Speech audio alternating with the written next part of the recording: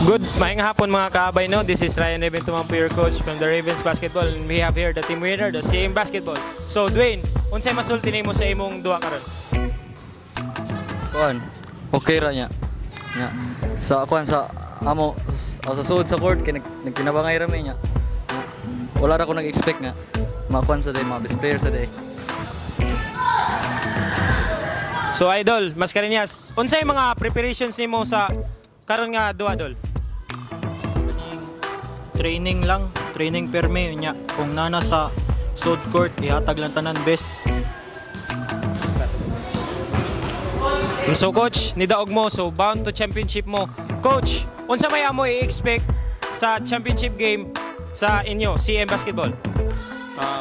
Una-una, pasalamat sa punigad kay tungod niya, iyahan yung plano tanan.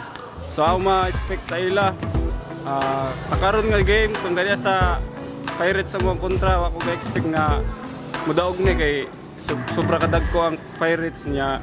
Amoa, takilid pa yun kay kuwangan niya, gagmay, pero ako lang sila motivate nga kinila buhata, ihatag niyo best 100%. So, mao to yung daog niya. Salamat ko nga nakasud mi sa finals. So thank you coach and players, and this is the ASDL Season 2. Basta shooter ka, abay ta.